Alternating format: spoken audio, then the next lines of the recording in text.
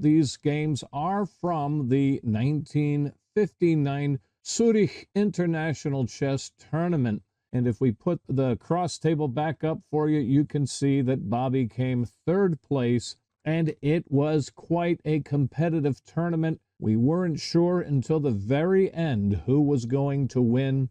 Fischer had every chance. He actually lost in the second to last round and just fell barely short. 1 point behind Michael Tal. Second place was Svetozar Gligerich. Third and fourth were Bobby Fischer and Paul Keres. Fifth and sixth were Bent Larsen and Wolfgang Unzicker. Then Gideon Bartza, Friedrich Olafsson, and then you can see all of the Swiss players there at the bottom. So quite a tournament, quite an honor for the Swiss Masters to be given the opportunity to play in such tall cotton, and a couple of them pulled off some impressive wins, including Bent scoring a win against Michael Tal in the first round, and Keller scoring a win against Bobby in the penultimate round. Quite an exciting tournament indeed.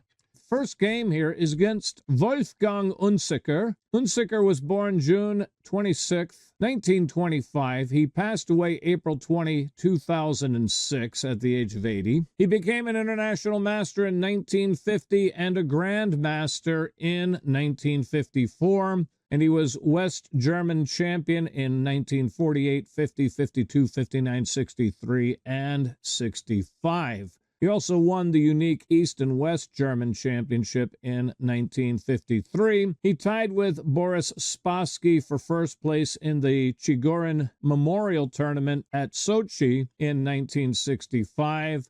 He was first at Maribor in 1967, first at Amsterdam in 1980. Now, he never really was a serious world championship contender, but he played and occasionally defeated some of the greatest players of his generation. By profession, Unzicker was a lawyer and then a judge, and for many years he was the legal advisor of the German Chess Association. One of his three sons is titled FIDE Master Dr. Ferdinand Unzicker, and you can look into him on your own. Well, no surprise, we have e4 from Bobby Fischer and e5 from Unzicker. That means we're going to have a Spanish game, no doubt. And sure enough, after knight f3, knight c6, bishop b5, the Rai Lopez, a.k.a. Spanish game. Then a6, attacking the bishop. Paul Morphy's defense. Bishop a4 is the Columbus variation. Now knight f6. We castle here, and a closed Spanish with bishop e7. Rook e1, pawn b5, bishop b3, now pawn d6, c3, making a place for the bishop to relocate if necessary. Black castles to the king's side, and we get Paul Keres's variation with pawn h3. Paul Keres, as you may or may not know, was the Estonian great who was right on the precipice of the World Championship something like 4 or 5 times. One of the greatest players, if not the greatest, not to become world champion.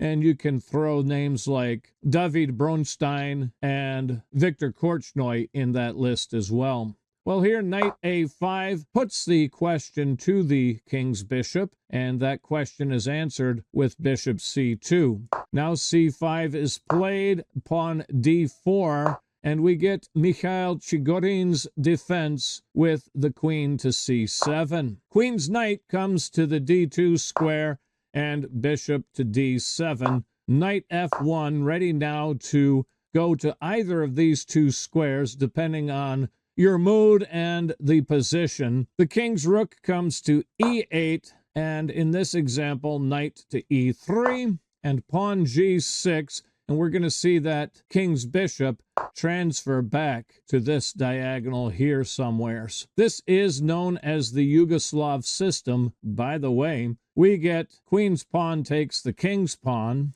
and then pawn takes pawn in return. Knight h2 prepares to push the pawn to the f square at the right moment. Now queen's rook to d8, staring menacingly across the board at our matriarch. That, therefore, is played to f3, getting out of harm's way, and now bishop to e6, opening this file for the rook and unleashing its power. So knight h comes to the g4 square, and knight takes the knight. And here h takes the knight, and queen to c6 to inhibit knight to d5. We don't want that guy taking up residence, so we super attack the square. That gets marked inaccurate by our annotator, and much more common is knight c4, even though pawn c4 is indicated. I'll put that line up so you can see it with your eyeballs. Knight c4, knight d5, bishop takes the knight, pawn takes the bishop. The knight is now retreating to b6, and after the rook comes to d1, our opponent places his rook on d6. That is the most common line, not played in this game against Unzicker. Instead, Unzicker, wanting to preclude knight d5 from being played, puts his queen on the c6 square. And I wouldn't take that inaccuracy very seriously from the annotator. g5, though, that is certainly dubious, and it does get a question mark. Queen g3 feels stronger to me, and the idea, of course, is to line up with the king so that your knight can jump in onto the f5 square. Oh, that would be painful. If knight c4, for example, then we got knight f5. Oh, double exclam, Coach Daniel. Ho, ho, ho. And the whole point here is this. If he takes here, we take with check, and we're picking our material right back up after king h8. By the way, king f8 is a self-mate, isn't it? Boom! Ha, ha, ha! Have a nice day. But king h8 would have to be played, and after king h8, pawn takes the bishop, and you get something like this. All right, let's go back now. Oh, I got a double exclam. That always feels good. Anyway, Bobby with pawn g5. Knight c4 is played. Bishop takes the pawn is playable, by the way, I think. Bishop takes pawn, knight d5. Yeah, I get a star for this. And then I would imagine knight d5, rook takes knight, pawn takes the rook, and then bishop takes... Ooh! Double exclam number two, double exclam number two, ladles and jelly spoons, bada bing and bada boom. This is my point right here. We could interpose here with our bishop and so forth. So it could just simplify down really quickly here, can't it? All right, back. Two double exclams already. I'm feeling good. All right, so knight c4 was played. My only point was that bishop takes pawn is playable for sure. Now here we see knight g4, bishop takes the knight, and queen takes the bishop. Unzicker with pawn to f6. And yes, knight b6 certainly deserves consideration, the point of which is to vacate the c4 square so that you can put your pawn there. Bada bing, bada boom. Not played here. f6 is the move, and gets a question mark from the annotator. Pawn takes the pawn, bishop takes the pawn. And now look at this piece relationship right here, ladles and jelly spoons. Connect those dots, and it points right where you ought to move. Oh, yeah. a4, you can't take, or you're skewered, baby. Boom. So, obviously, he didn't take. He retreated his knight to b6, and we took him. A takes b5 back. Now bishop e3. Rook to a8, interrogating our rook, and rook e d1, putting the ball in his opponent's court. And that ball should be batted right back down to a1 here, in my opinion. Unzicker playing the king to h8, no doubt wanting to get off of the a2 g8 diagonal, where he might be susceptible to some sort of a hit. Although this pawn is coming here if that were to happen, but, you know, you have other lines of attack potentially eventually. Anyway, king h8 was played instead of... Really, my idea here, I think, is force the rook trade And then, right. Well, you know, here it's interesting. You can't take with your queen here. You'd have to, yeah, see? Oh, wow. Right? You have to put your knight in the corner or you are a goner. Why? Why not queen takes? Well, because this is then undefended if you take with the queen. And that's a fork, baby. 1, 2, 3-way fork. You're going to lose something. Bada bing, bada boom. Let's go back. So king h8 was played. b3 here. Queen h3 is recommended by our annotator. That puts some pressure. Yeah, that's interesting. The idea, I think, is to perhaps get your rook on d7 at the right moment, especially if this knight comes to c4. We also are supporting this bishop, possibly. But more interesting to me is the super attack that we can get on the H-man with a rook and a queen. So, for example, let's say knight c4 here. First, I'm going to trade the rooks. And then I'm going to lift my rook to d7. Bada bing, bada boom. I get marked with an inaccuracy there? How could that be wrong? Anyway, that's my brain for you. And my brain seems to have a mind of its own. Let's go back to this line real quick. Right, h5 obviously has to be played. And then I have to defend that pawn. So you're softening up your opponent's position, aren't you? All right, back.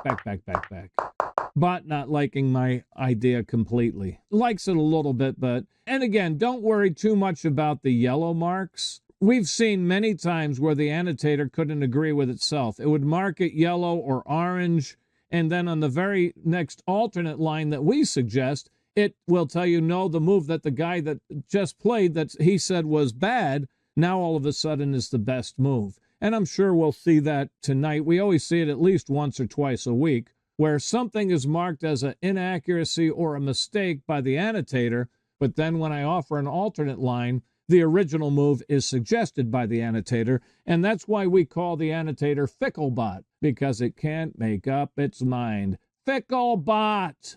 Bishop g7 here. Again, rook takes rook is probably the most prudent. Queen h4. Now bishop back to f6. And bishop g5. I personally prefer queen h6 here. The bot calling for queen g3. What does it think about queen h6? Thumbs up. Bishop g5, bishop takes the bishop, queen takes the bishop, and now we have the potential of trading our rook off. But here he does trade before we can hit him. Rook takes the rook, rook takes the rook, knight to d7, bishop d1, interesting, knight f6. Well, with our rook coming here, queen b6 looks good to me. Knight f6 was played. Sure enough, queen b6, covering the two potential infiltration squares. Knight f6, and Bobby does not miss the second bite at the apple. Rook to a7, baby. Queen to d6 now. Bishop e2, rook e7. Ice.tv points out that annotations are also done at a lower depth, which may be why it changes its mind. Yeah, correct. Another thing to keep in mind is keep your eyes on the eval bar over there, because a lot of times that tells the true story. And as you let the eval bar settle, you can see the score really kind of gives you a better reflection, right? By the way, c4 here is probably playable. I get a star. But rook e7. So rook takes the rook and queen takes the rook. And now bishop takes the pawn on b5.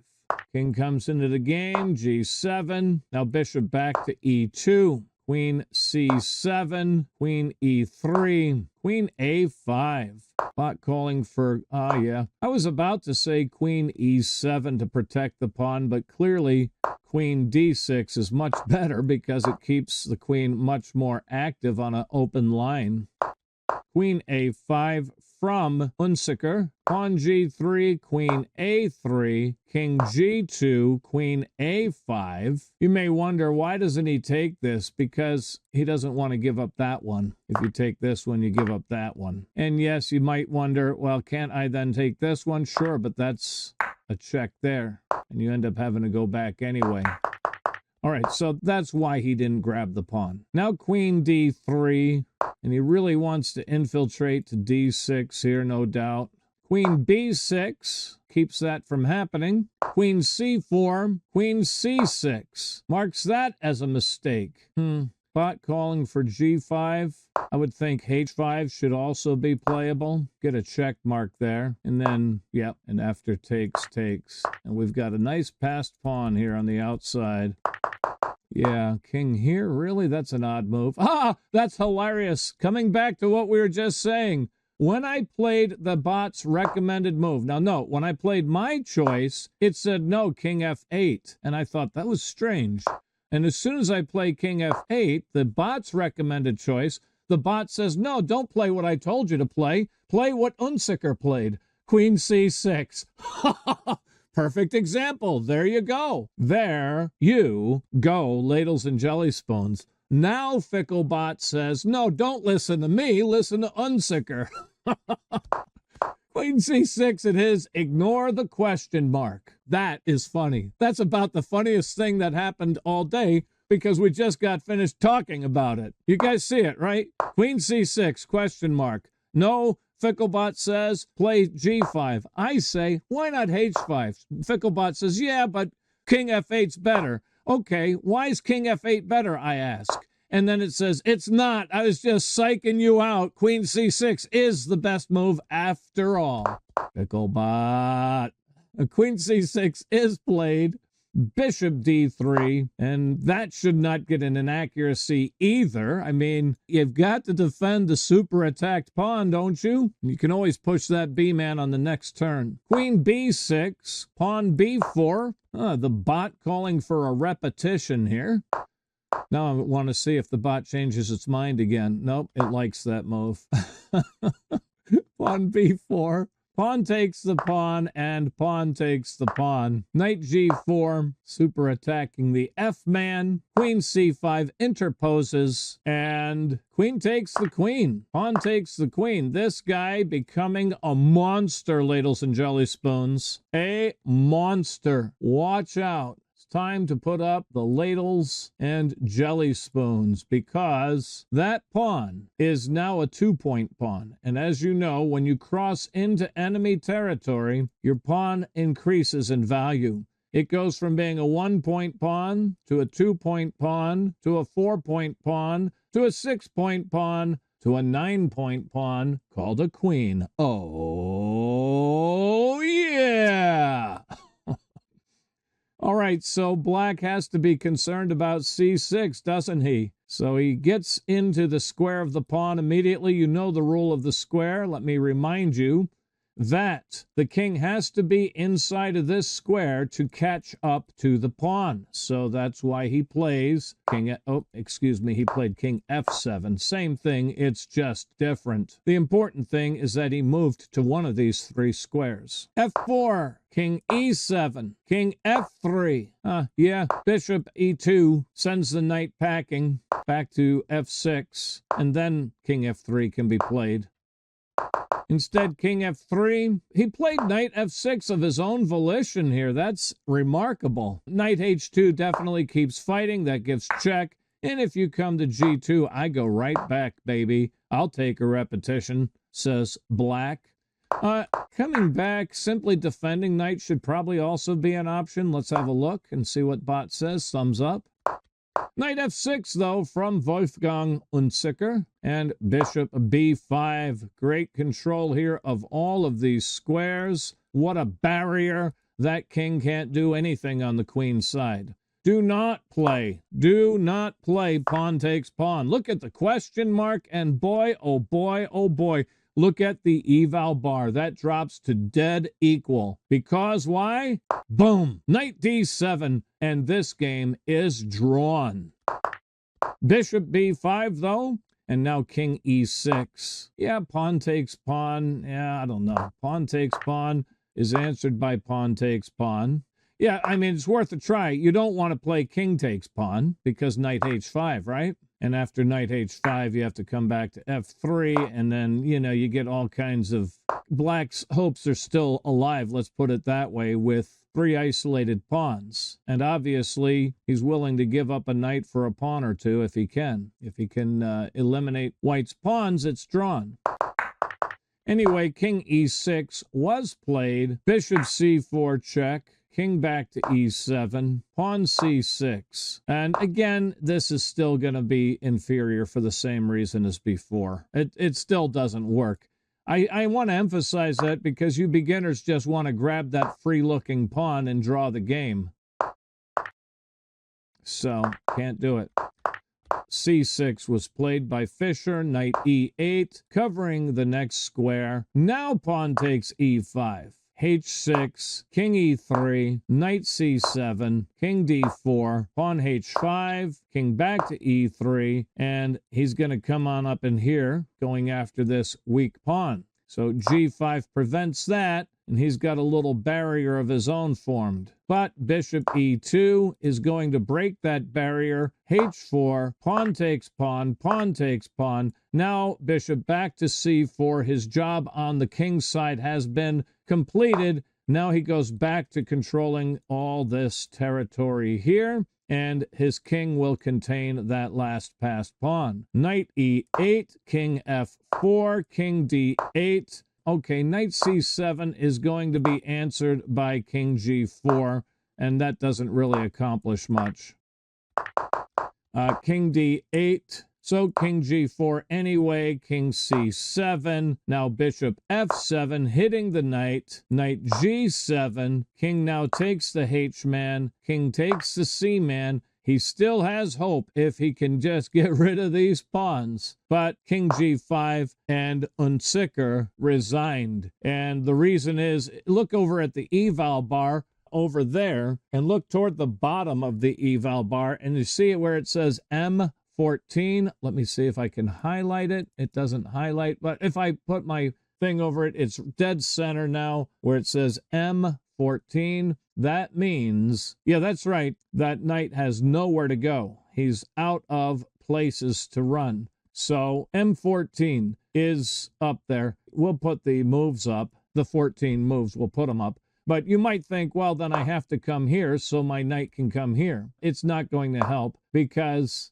after all of this, we just get a textbook king-pawn ending. If you go this way, I go this way. And if you go this way, I go this way. Remember the 3 O's in king-pawn endgames. Out front, opposition, outflank. That's the 3 O's. So I will just put the 14 moves up according to the table base. Are king c5, king f6, king d4, bishop g6, knight to e6, king takes knight, king c5, king d7, king d4, pawn e6, king e5, pawn e7, king d4. This is provided by the table base. I didn't think this up with my own brain. Pawn e8, queens, king d3, queen e5, king e3, queen c3 check, king e2, bishop h5, king f2, queen f3 check, king g1, queen e2, great technique by the table base, king h1, bishop f3 check, king g1, and a magic square checkmate, queen g2. And so there you go. 65 moves and a nice victory by Bobby Fischer.